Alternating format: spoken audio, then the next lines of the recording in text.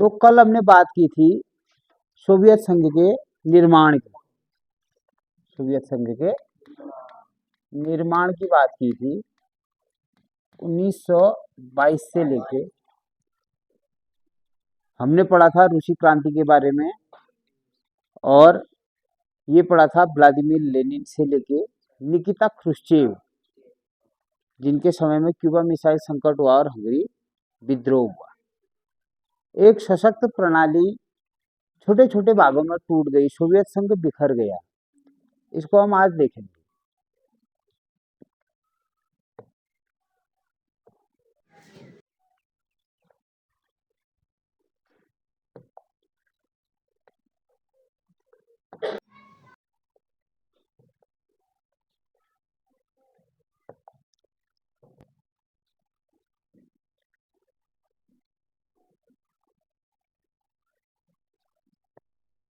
यह सोवियत संघ था जो कि 1922 में क्या हुआ था, गठित हुआ था।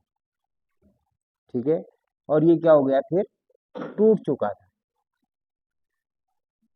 सबसे पहले सोवियत संघ की जो शुरुआत हुई थी वो हुई थी 1922 में, जब शांति, रोटी और जमीन का नारा व्लादिमीर लेनिन ने दिया, तो बहुत सारे जो देश हैं उनके साथ जुड़े। 15 गणराज्यों ने मिलकर सोवियत संघ का क्या किया, निर्माण किया। और हमने ये भी देखा था कल कि वहां सिर्फ एक पार्टी थी, कम्युनिस्ट पार्टी, विपक्षीय नहीं था। और एक ये समाजवादी देश था जहां कम्युनिस्ट पार्टी का क्या था, शासनकाल था। आरंभ में ये व्यवस्था काफी अच्छी चली, लेकिन बाद में जो आर्थिक बदलाव विश्व स्तर पर हो रहे थे उसके बाद कई समस्याएं बढ़ी। जैसे अर्थव्यवस्था कमजोर हुई और समाजवाद में जो स्वतंत्रता है वो कम होती है पूंजीवाद की अपेक्षा, और लोगों को आजादी कम थी और सरकार बहुत ही सख्त थी। तो ये इसकी कुछ कमियां थी, किसकी, सोवियत संघ की। सोवियत संघ के खेमे के जो देश थे, पूर्वी देश, उनको हम कहते हैं दूसरी दुनिया। क्या कहते हैं, दूसरी दुनिया कहते हैं। और नाटो संगठन के जो देश थे उनको क्या कहते हैं, हम पहली दुनिया कहते हैं। क्या कहते हैं, पहली दुनिया कहते हैं। तो लियोनिद ब्रेजनेव का जो समय था वो 1964 से 1982 तक था। हालांकि इस समय देश स्थिर था, लेकिन विकास न कहीं रुक गया था। सबसे बड़ी गलती लियोनिद ब्रेजनेव के समय में ये थी कि उन्होंने अफगानिस्तान संकट पर अपनी सेना अफगानिस्तान में उतार दी थी सरकार को बचाने के लिए, जिससे क्या हुआ, अर्थव्यवस्था और चरमरा गई। और इससे जो जुड़े देश थे वहां क्रांतियां होनी शुरू हुई। इसके बाद आते हैं मिखाइल गोर्बाचेव, जिन्होंने आर्थिक सुधारों का क्या किया, काम किया था। उन्होंने माना था कि समाजवाद की जो कमियां हैं उन कमियों को कम किया जाए। पेरेस्ट्रोइका और ग्लासनोस्त, आर्थिक संरचना में सुधार और खुलापन की नीति किसने दी थी, मिखाइल गोर्बाचेव ने दी थी। तो लियोनिद ब्रेजनेव का जो समय था उस समय अफगान संकट हुआ था। अब शुरुआत कैसे होती है विद्रोह की, 1988 में। कहां से होती है, लिथुआनिया से होती है। ये बाल्टिक देश हैं, क्या हैं, बाल्टिक देश। अभी हम क्लियर कर देंगे एक इमेज के आधार पर आपको बाल्टिक कहां पर है। ठीक है, तो ये बाल्टिक देश थे।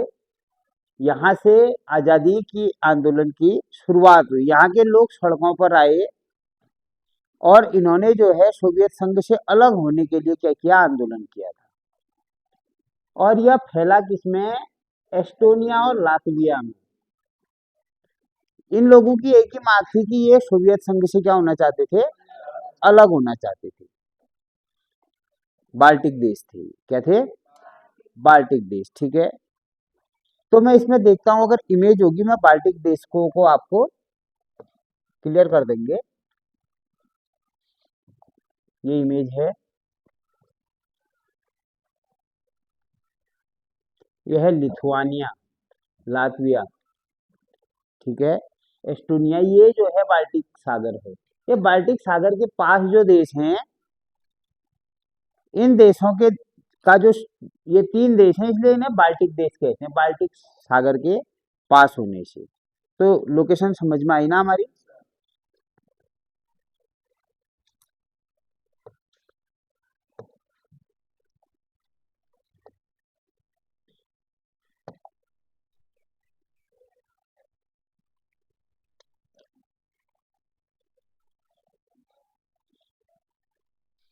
ये सोवियत संघ के विघटन में जो क्या किया था, लोगों ने क्या किया था, विद्रोह किया था, ठीक है, लिथुआनिया का विरोध। अब क्या हुआ, सिनात्रा सिद्धांत।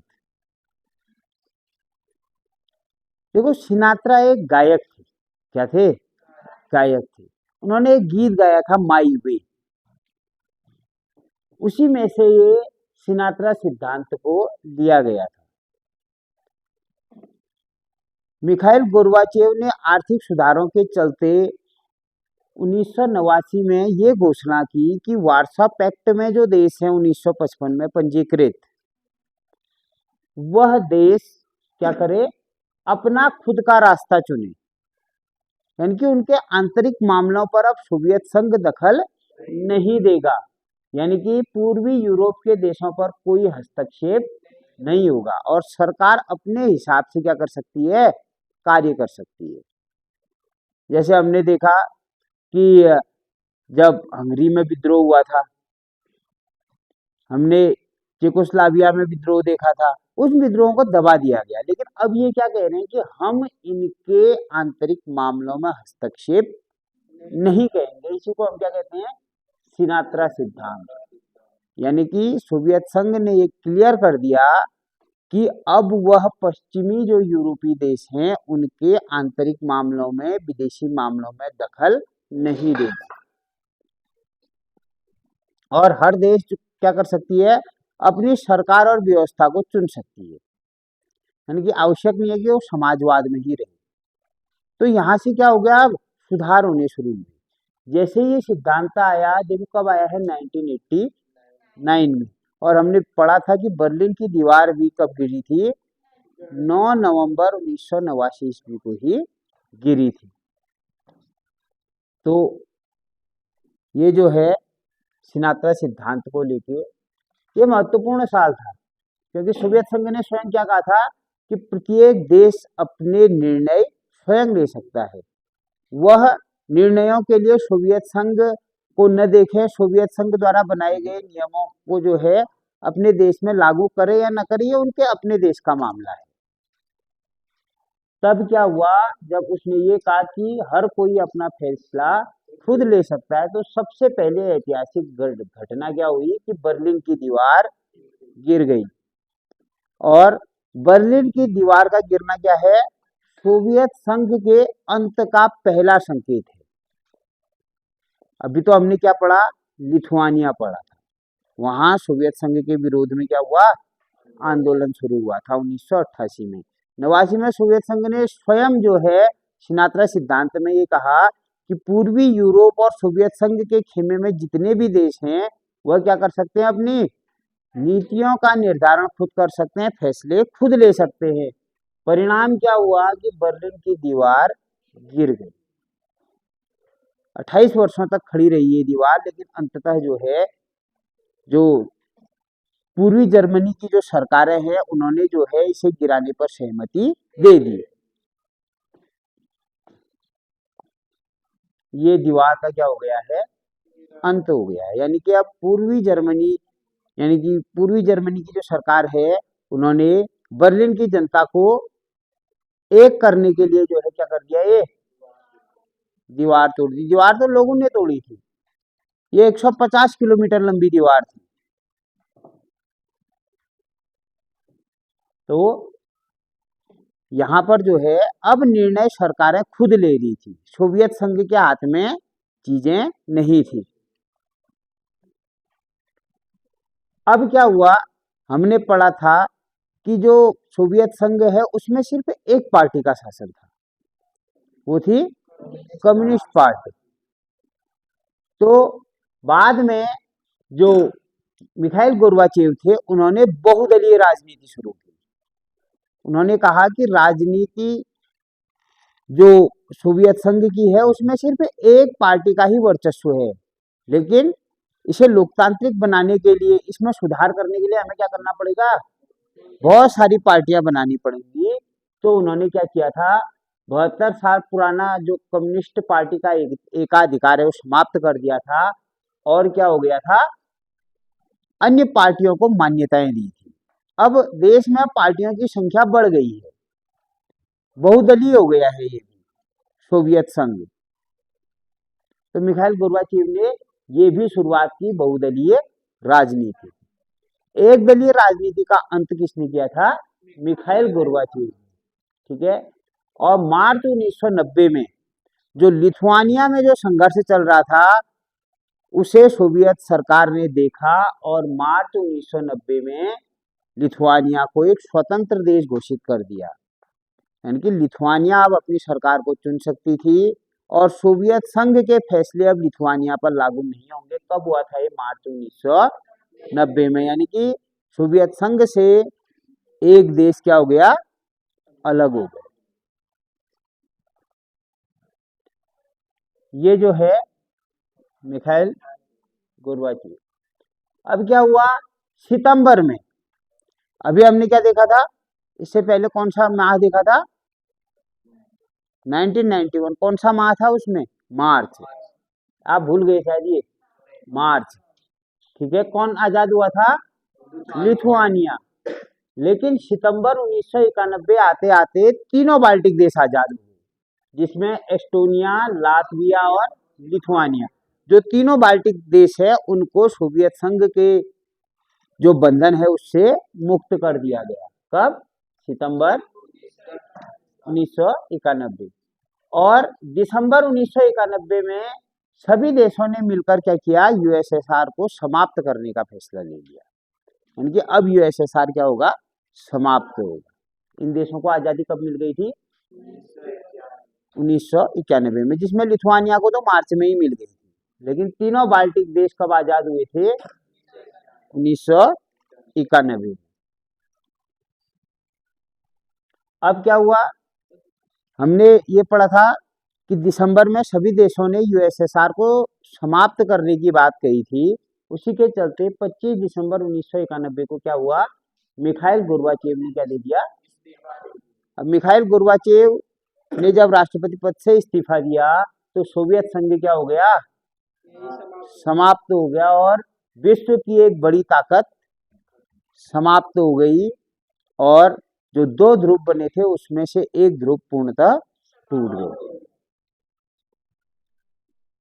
ये ठीक है। इसमें ये वाले जो देश है, ये है बाल्टिक सागर वाला क्षेत्र। अब जब सोवियत संघ पूर्णतः जो है विभाजित हो गया, विघटित हो गया, उससे पूर्व एक प्रयास किया गया, किसके द्वारा, कम्युनिस्ट पार्टी के द्वारा। कम्युनिस्ट पार्टी को ये तो पता था कि अब सोवियत संघ ऐसा नहीं रहेगा, यहाँ बहुदलीय राजनीति लागू होने वाली है। तो उन्होंने क्या चाहा कि गोर्बाचेव का क्या कर दें, तख्ता पलट कर दें, उसको हटा दें। लेकिन वह भी क्या रहे, असफल रहे, और सोवियत संघ और कमजोर हो गया। सोवियत संघ बना किससे था, कम्युनिस्ट नेताओं से ही तो बना था शुरू से। जब मिखाइल गोर्बाचेव के सुधार आए, उन्होंने बहुदलीय किया, तब कम्युनिस्टों ने इसका विरोध किया और मिखाइल गोर्बाचेव को सत्ता से हटाने का प्रयास किया। लेकिन ये क्या रहा, पूर्णतः असफल प्रयास रहा था। कब हुआ था, अगस्त 1991, ये तख्ता पलट करने के लिए। ठीक है। अब 1991 में एक नेता उभर के आया, कहाँ, सोवियत संघ में।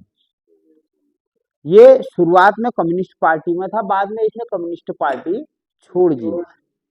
और जब सोवियत संघ विघटित हुआ तो सोवियत संघ के अधिकार किसको प्राप्त हुए?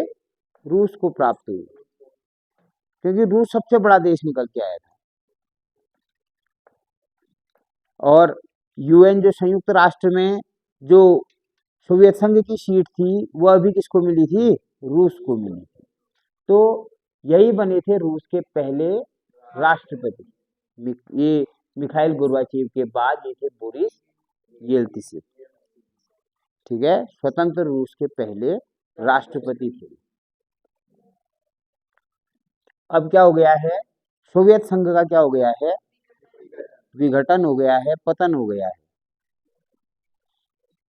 तो ये साम्यवादी व्यवस्था का क्या है? अंत है।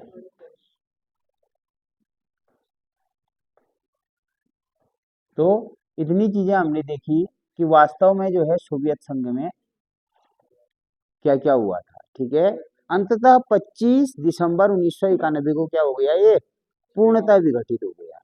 शुरुआत लिथुआनिया से हुई थी। उसके बाद सिनात्रा सिद्धांत के अनुसार ये कहा गया कि वार्सो पैक्ट में जो देश शामिल हैं अब वह अपनी नीतियां स्वतंत्र रूप से बना सकते हैं।